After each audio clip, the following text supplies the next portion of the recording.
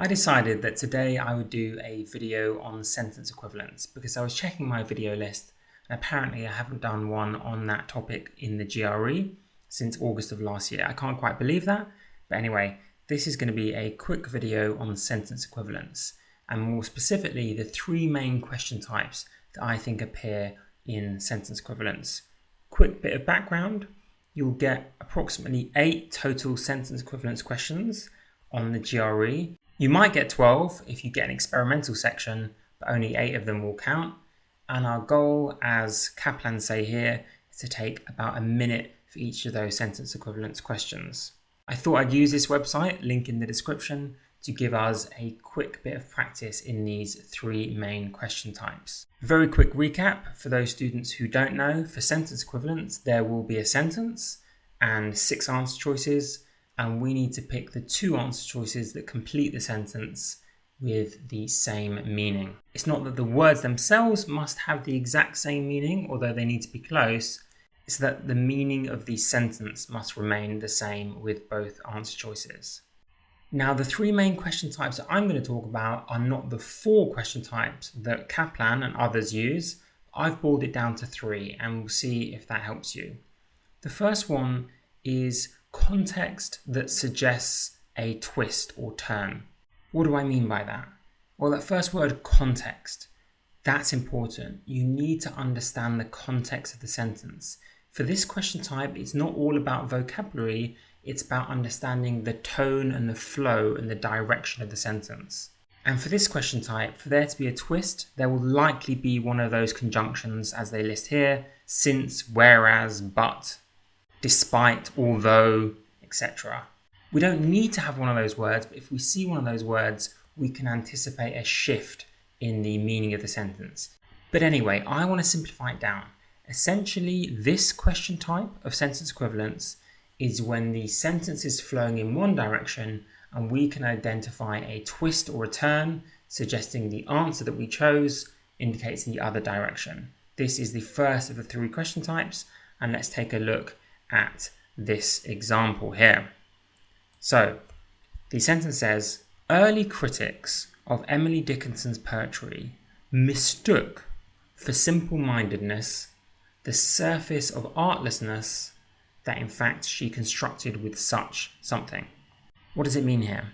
Well, these critics of her poetry made a mistake. They mistook, that's the key word, for simple-mindedness, her being simple-minded, maybe a bit stupid maybe, or thoughtless.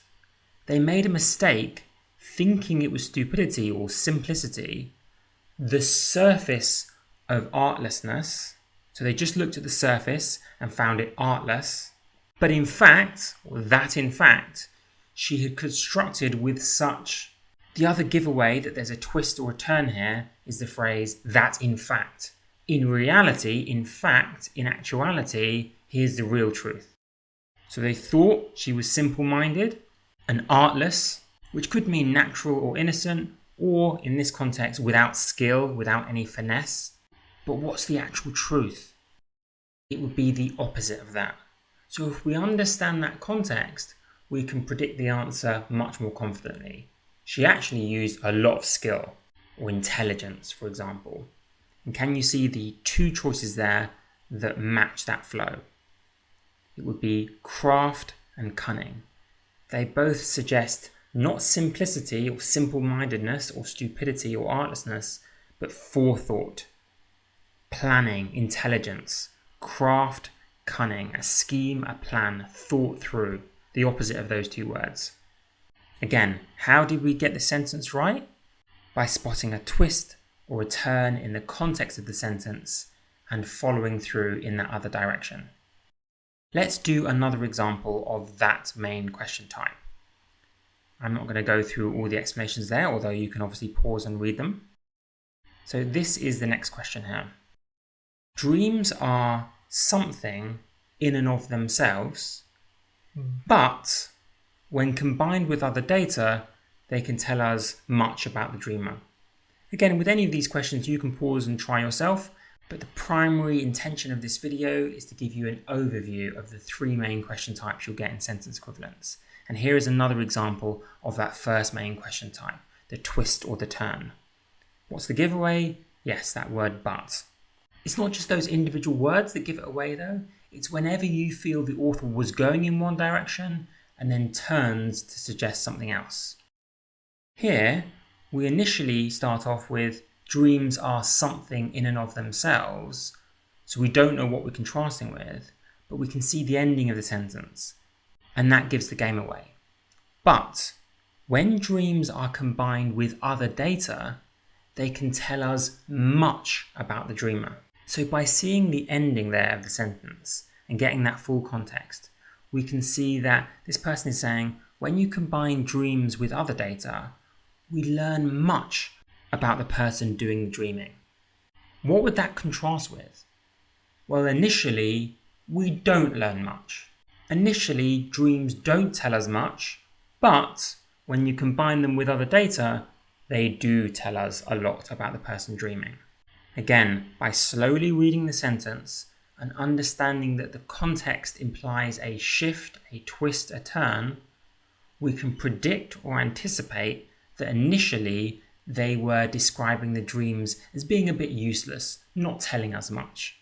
And therefore the two answer choices that would make the most sense, can you see, would be inscrutable and uninformative. Inscrutable means you can't read them, you can't really scrutinize them, and uninformative mean they don't give you much information.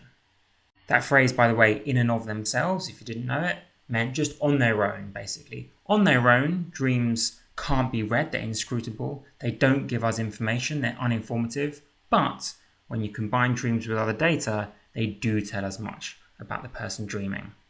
Again, we could only get that right by understanding the whole context of the sentence. I know by now many of you are desperate to learn about the other question types, so I'm going to move on to those other question types. And what is the second main question type, in my opinion? These are the Philip main question types, by the way. They are not from any official source. They're just how I break down the questions. The second main question type is context that suggests reinforcement or continuation. No twists, no turns. I'm saying something and I'm going to carry on saying that thing. Or I'm saying something and I'm going to reinforce what I'm already saying.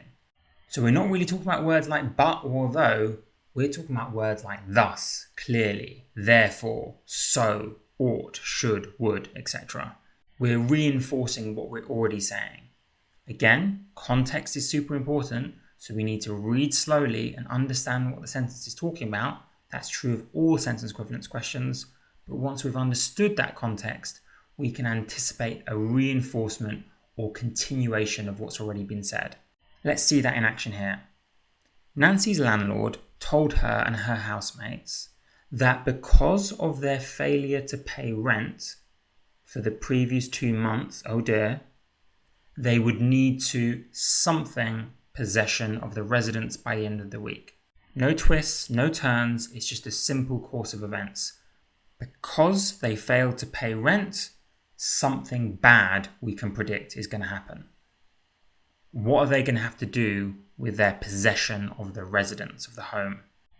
Let's reinforce what's being said. It'll be something negative. They're going to have to, can you see, surrender and relinquish. Both mean much the same thing. Give up possession of the residence by the end of the week.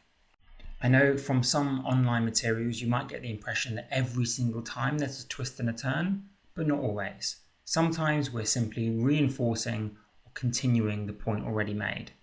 A negative thing has happened, and so a negative ending will result. Notice how the sentence would have been different if there'd been a twist in the middle. Although the friends had failed to pay rent, imagine the sentence started like that. Despite the fact that the friends hadn't paid rent, that would indicate that there'd be a positive ending. They were able to stay safely in their home. Positive ending because of the twist. Not so for the second main question type, reinforcement or continuation. What is Philip's last main question type for sentence equivalence? Simply vocabulary and synonyms. As in, you just need to know the words. It's not really about sussing out the context. It's simply, do you know the meaning of these words? And also, can you pick the pair of words whose definitions most closely align? For this question type, you might expect me to say this, but I'd highly recommend watching all my vocab videos to expand your vocabulary and get more of these questions right. Here is a classic example, by the way, of a vocab/synonyms question type. After being bedridden for months, James found that his muscles had atrophied, which initially something his ability to walk or lift heavy objects. Point number 1. How on earth can we get this right if we don't know what atrophied meant? Yes, of course, we could guess. We can always guess for sentence equivalence, but it'd be much harder. Having said that, even knowing the word bedridden would really help here. Bedridden means confined to your bed, not able to get up, basically. And atrophied means weakened, worn down, become less effective. So if we know that word atrophied, that his muscles had worn down, withered away, what would that do to his ability to walk or lift heavy objects? Well, it wouldn't help, would it? It would hurt his ability. But now we need to know what the words in the answer choices mean, of course. There's some hard words in here. Castigated, hampered, bolstered, curtailed, even belittled. You might predict the answer is weakened or harmed, but then which two words do we pick? This is where vocab comes in and your knowledge of synonyms. Both hampered and curtailed mean impeded, got in the way of, stopped it happening to its fullest extent. They don't mean the exact same thing. Hampered more means delayed or damaged, while curtailed means more reduced or imposed a limit on. But they both have that broadly similar meaning of didn't completely stop, but got in the way of, slowed down his ability to walk or lift heavy objects. Remember, it didn't say his muscles had disappeared, more that they had atrophied, weakened. To castigate, by the way, is to scold. To bolster is to support and shore up. To belittle is to insult someone and put them down. And so we wouldn't have chosen those words if we had known them, if we had that vocabulary. And that is my third main question type for sentence equivalence. And the best way to improve for these type of questions is simply to learn more vocab. So there we have it, my quick summary of sentence equivalence. To understand the context, read slowly and anticipate either a shift, a twist, or a reinforcement and act accordingly. And for synonym or vocab questions, you can best prepare for the test by adding hundreds of new words to your vocab by going through my videos and going through other vocab lists. I didn't know how much you guys wanted more sentence equivalence content, but if you found this helpful, I've already prepped a longer sentence equivalence video to do, which I can film later and release. Either way, I hope this helped even a little bit, and see you as always in the next video.